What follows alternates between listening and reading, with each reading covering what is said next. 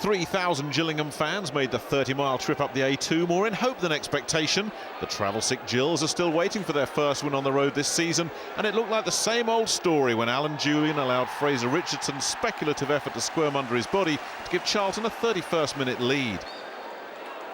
The response was quite literally immediate. From the resumption, the visitors set about restoring parity. Dennis Ollie chested the ball into the path of Andy Barcham, and he did the rest. It was his 6th goal of the season, his first since November, and it might be his best yet.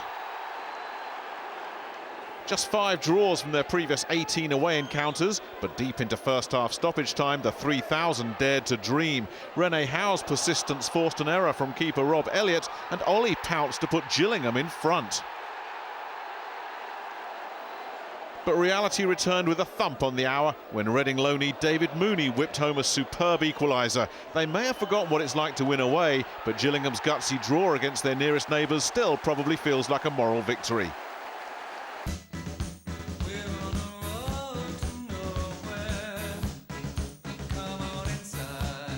Five Gillingham fans, one for each of the away points their team has mustered this season.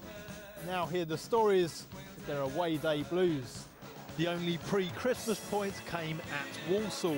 The worst away record outside the Premier League, but Gillingham, my team, they're close to my heart, and when they win the away game, I want to be there. December's trip to Exeter at least provided an away goal. Gills fans have done 10 hours travelling for every one of those they've witnessed. It's just like a psychological barrier at the moment, and that barrier's got to be broken. They've clocked up enough miles to reach Rome for every point they've picked up. The third of the season came at Hartlepool. The best chance we've got of getting an away win is the final game of the season away to Wycombe, which could decide if we stay up in League One or not.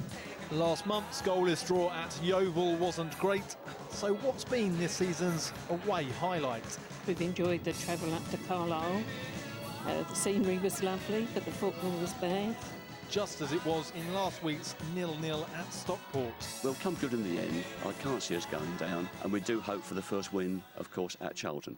With Gillingham fans intent on enjoying their first trip to the Valley for 29 years, Charlton's just wanted to avoid the embarrassment of losing to them at home. I was kind of hoping they'd win last week at Stockport, just to kind of get that monkey off their back, but no, a bit nervous. No, it should give us a good game, but we'll be too good for them. I think we just scraped home 2-1. It'd be close the way we're playing. 5 years ago, the clubs fell out. Charlton launched a matchday coach service to bring fans from the Medway to the Valley. Gillingham viewed that as encroaching on their potential fan base.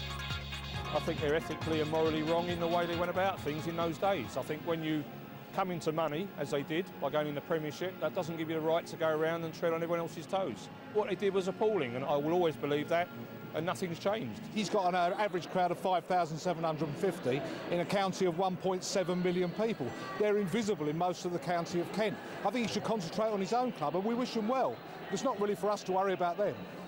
Time to do the talking on the pitch. Those long-suffering Gillingham fans probably weren't surprised to see their hosts take the lead through Fraser Richardson. But the Gills' response was as impressive as it was immediate. Andy Barcham with his 6th of the season.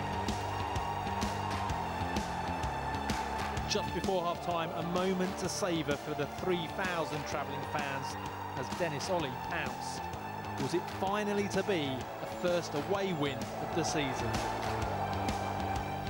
Those dreams died as David Mooney came up with a moment of magic to keep Charlton's promotion push on track. A point apiece, Gillingham fans happy though. Definitely feels like a win. Good to get a point, especially here. Fingers crossed we can carry that on for the rest of the season. It's the best game I've seen away all season. After that showing out there, they'll stay up. We're down the wrong end of the table, looking to get points, and I think the players rose to that occasion, and that's a good sign. It puts us in good shape to say we can handle that atmosphere and hopefully get a one win. Well, if you'd have said to me back in pre-season when we were struggling to piece the squad together that with 9 games to go we'd be third in a challenging position, I'd have taken that all day. Gillingham's search for a win on the road continues. Next up, a visit to Oldham on Easter Saturday.